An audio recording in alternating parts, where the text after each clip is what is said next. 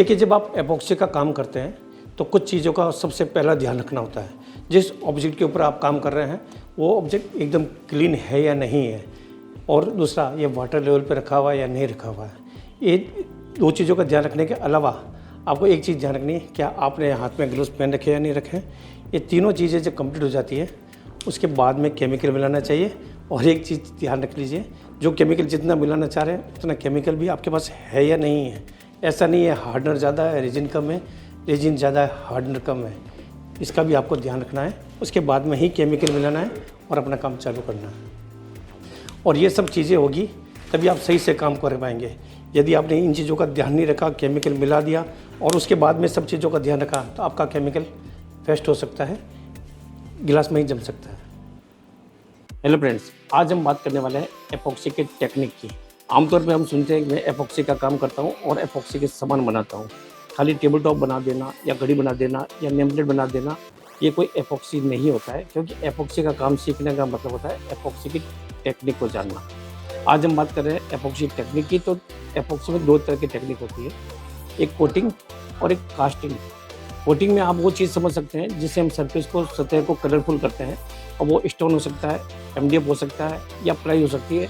उसके ऊपर हम लोग कोटिंग करके उसको एक बेहतर आकर्षक सरफेस बना सकते हैं। कास्टिंग, जिसमें हम किसी भी बेकार लकड़ी या आपका बिल्कुल वेस्ट सामान हो गया या कोई फूलों को प्रिजर्व करना हो गया, जिससे हम प्रिजर्व करके एक सुंदर सी सतह बनाते हैं, सुंदर सा प्राउड बना देते हैं और उसको फिनिशिंग करते हैं, वो हो गया कास्टिंग। और एक तरह से छोटे बड़े मोल्ड में किया जाने वाला हर काम कास्टिंग के रूप में आता है और सरफेस पे किया हुआ काम कोटिंग के रूप में आता है। तो अगली बार जब भी आप एपॉक्सी का काम करें या किसी से एपॉक्सी के काम सीख रहे हैं, चाहे आप हमसे सीख रहे हैं एम्प्टी रेजिन से, तो आप हमसे बोलिए सर हमें कोटिंग और कास्टिंग की टेक्निक सिखाइए। और जिससे भी सीखते हैं उसे कोटिंग और कास्टिंग का कितना नॉलेज है ये जांचने के बाद ही काम सीखिए। एपॉक्सी कोटिंग कभी भी वन टाइम में क्लियर नहीं होता है, उसे कई परतों पे लगाया जाता है। सबसे पहला आता है एपॉक्सी प्राइमर, जिसे हम पूरा उसको सील करते हैं। उसके बाद में आता है टेक्सचर, जिसे हम बेस कोट के रूप में लगाते हैं। और तीसरा ऊपर साइन, जिसे हम टॉप कोट के रूप में लगाते हैं। इस तरह से 3 कोटिंग होने के बाद हमारा प्रोडक्ट तैयार होता है। तो हम बात करते हैं पहले प्राइमर की। प्राइमर का काम क्या होता है, जिस सतह पे हम काम कर रहे हैं उस सतह को सील करना, और जब बेस कोट कर रहे हैं उस सतह के लिए उसको तैयार करना। और बेस कोट का काम क्या होता है, उस सतह के ऊपर टेक्सचर लगाना जो आप चाहते हैं और उसे डिजाइनर बनाना। और टॉप कोट क्या काम करता है, जब आप जो टेक्सचर लगाते हैं, जो अनइवननेस आती है उसे एकदम क्लियर करके एकदम सीधी सतह बनाना और चमकीली सतह बनाना। तो जब भी आप कोटिंग का काम करें इन तीनों स्टेप को फॉलो करें। अगर ये तीनों स्टेप फॉलो नहीं किए तो आपके काम में सुंदरता नहीं आ सकती है, उसकी एजेज अच्छी नहीं रह सकती। आज हम बात करते हैं कोटिंग का सरफेस कैसा होना चाहिए। अक्सर हमें सुनने में आता है सर हमारे एजेस पे केमिकल नहीं ठहरता है और केवल ऊपर ऊपर ठहरता है, साइड से पतला आता है। तो वो क्यों आता है, इस संबंध में आज बात करेंगे। होता क्या है, जब भी हम किसी सरफेस पे काम करते हैं तो हमारा सरफेस एकदम सीधा होता है, यानी 90 डिग्री।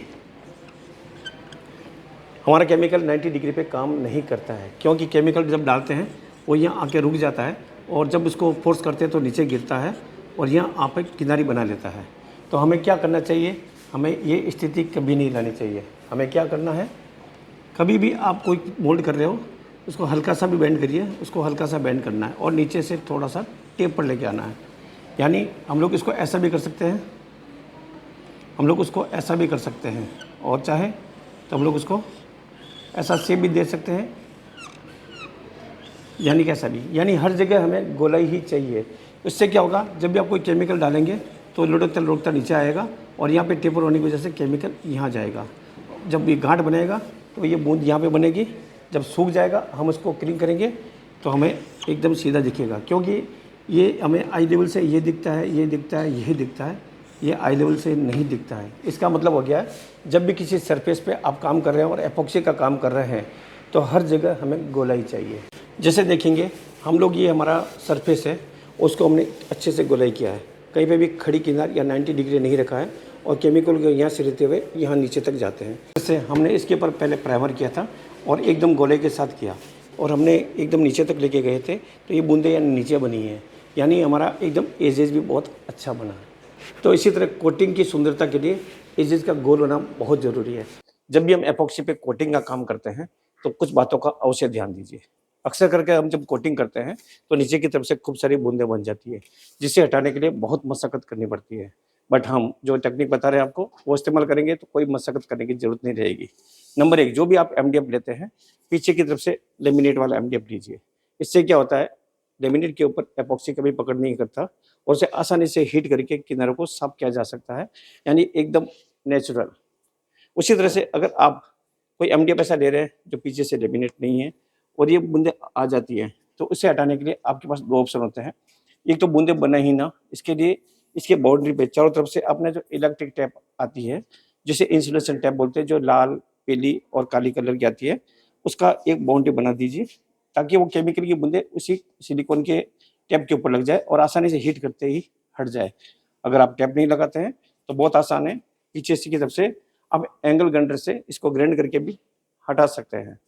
देखिए, हम एपॉक्सी का काम करते हैं, तो हमें बहुत सारी चीज़ों का ध्यान रखना पड़ता है। इवन जब आप केमिकल मिक्स कर रहे हैं, उसमें भी बहुत ध्यान रखने वाली बात होती है। नंबर 1, जो भी केमिकल मिलाएँ, वो अपने साथ में रखें, क्योंकि 2 कंपोनेंट होते हैं, रेज़िन और हार्डनर। हमारे पास बहुत सारी बोतल्स होती है, अगर सब पास में रहेगी, तो लेना कुछ और होगा, मिला कुछ और देंगे, ऐसा नहीं करना है।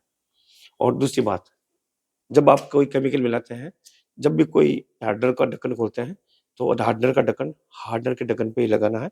और डालने का तरीका, अगर आपको 70 ग्राम डालना है, तो आप इसको मिलाइए और ऐसे धीरे-धीरे झुकाइए इसको, और एकदम से पूरा नहीं डालना है, स्लो-स्लो। अब देखिए, जैसे 50 हो गया है, अक्सर लोग क्या करते हैं, जल्दी से खड़ा कर देते हैं। जल्दी से खड़ा करते हैं, तो केमिकल पूरा नीचे तक बह जाता है। इसलिए आपको क्या करना है, जैसे 70 आ गया, 60, 60 के बाद में बस इसको थोड़ा-सा रोक देना हाथ को, और जब ये रुक जाए, उसके बाद में आपको केमिकल को हटाना है और इसमें जहाँ केमिकल मिक्स हो रहा है उसमें डालना है, बोतल में नहीं डालना है। क्यों? कभी हार्डनर और कभी रेज़िन दोनों हाथ लगेंगे तो बोतल में केमिकल मिक्स हो जाएगा। उसी तरह से एक बार जब आपने हार्डनर डाल दिया, उसके बाद में चेक कर लीजिए, 2:1 का था, तो हमें 70 ग्राम डाला है, तो अब ये दुगना 140 ग्राम जाएगा। इसको टेयर करना ज़रूरी है।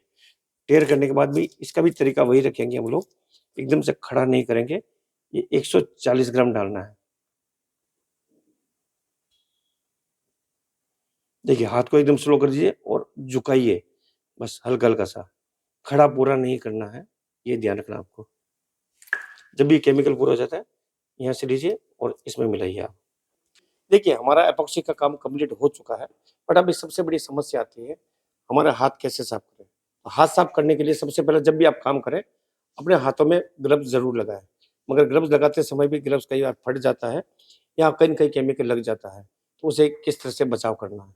हमें काम करने के बाद ग्लव्स को रिमूव करें और हमारे पास रखें एनसी थिनर। एनसी थिनर से डायरेक्ट अपने शरीर पे स्प्रे ना करें, कोई भी क्लॉथ रखिए अपने पास, क्लॉथ के ऊपर स्प्रे कीजिए या पोर कीजिए। उसके बाद केमिकल से जहाँ-जहाँ लगा हुआ है, उसको आपको हटाना है। जब हमने केमिकल से अपने हाथों को साफ कर लिया है, उसके बाद में हमारे घर में आपने देखा होगा ये पीले कलर का साबुन, जिसे हम लोग ओसवा साबुन बोलते हैं, यानी कास्टिक और तेल से बना होता है।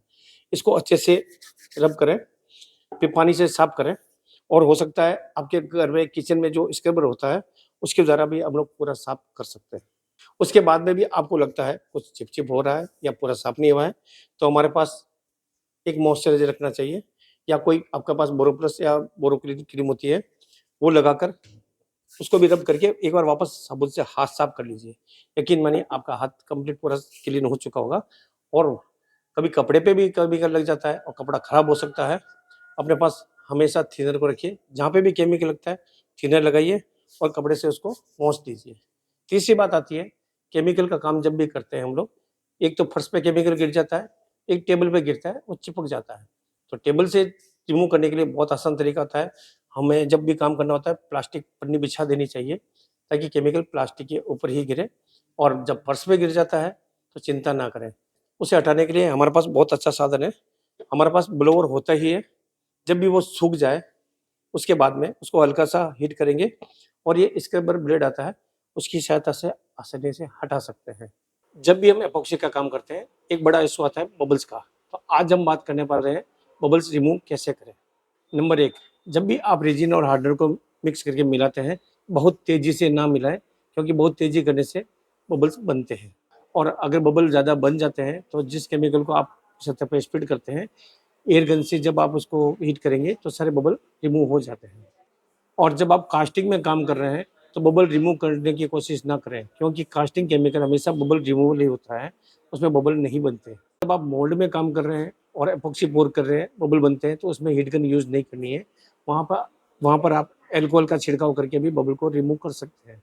और जब आप कोई कास्टिंग करके लैंप बनाना चाहते हैं और बबल फ्री बनाना चाहते हैं, उसके लिए हमेशा वैक्यूम चैम्बर का इस्तेमाल करें, जो कि बबल रिमूव कर देता है। आज हम बात करने वाले हैं एपॉक्सी कास्टिंग के बारे में। जैसा कि आप जानते हैं, हम एक मोल्ड लेते हैं, एपॉक्सी पोर करते हैं और जब वो सूख जाता है, उसी शेप का बन के बाहर आ जाता है। जैसा कि आप जानते हैं, मार्केट में कई तरह के सिलिकॉन मोल्ड्स अवेलेबल है, कई साइज़ के और कई डिज़ाइन के, जिससे बहुत सुंदर-सुंदर प्रोडक्ट बनते हैं। इसके साथ भी एक प्रॉब्लम है, एक तो ये महँगे आते हैं, दूसरा इनकी साइज़ेज़ फिक्स होती है, तीसरा 4 से 5 बार यूज़ करते हैं, तो ये खराब हो जाते हैं और हाँ, काम ना लो तो भी खराब हो जाते हैं। आपको ऑर्डर मिलता है 17 इंच मोल्ड का और आपके पास पड़ा है 15 इंच का सिलिकॉन मोल्ड। आप नहीं बना पाएँगे, आपको फिर नया ऑर्डर करना पड़ेगा, जो कि आपके लिए और कॉस्टली हो जाएगा। इसका एक और तोड़ है हमारे पास। आप अपना मोल्ड खुद बनाइए, मन चाहे साइज़ का, मन चाहे आकार का, मन चाहे थिकनेस का। इसको बनाना बहुत आसान है, इसकी लागत भी कम लगती है और ये सैकड़ों बार काम भी आता है। आप किसी भी प्रोफेशनल ट्रेनर से जाके सीख सकते हैं और आप हमसे सीखना चाहते हैं, तो हमें व्हाट्सएप कीजिए। तो आज हम बात करेंगे एपॉक्सी में काम आते समय इक्विपमेंट के बारे में। सबसे पहला काम आता है हमारा हीट गन और एक आता है ब्यूटेन टॉर्च। आज हम इसी के बारे में आपसे बात करते हैं। हीट गन का इस्तेमाल कब करते हैं? जब आप केमिकल को मिश्रण करते हैं और उसमें जो बबल बन जाते हैं, उसे रिमूव करने के लिए आप हीट इस्तेमाल करते हैं। इसके साथ-साथ ही जब भी आपको वेव्स बनानी होती है या टेक्सचर बनाना होता है, उस समय हीट गन का इस्तेमाल करते हैं। उसके बाद में जब आपको उसके टेक्सचर को आपको कोई मर्ज नहीं करना है, तब आप ब्यूटेन टॉर्च का इस्तेमाल करते हैं और वहीं के वहीं इसको सेट कर देते हैं। दोनों काम एक ही करती है, बस ये आपका वेव्स बनाने का काम और टेक्सचर का काम करती है और ये गर्म करके सेट करने का काम करती है। और ये दोनों ही इक्विपमेंट आपके पास होने चाहिए। दोनों ही एपॉक्सी के काम करते समय बहुत ज़रूरी है।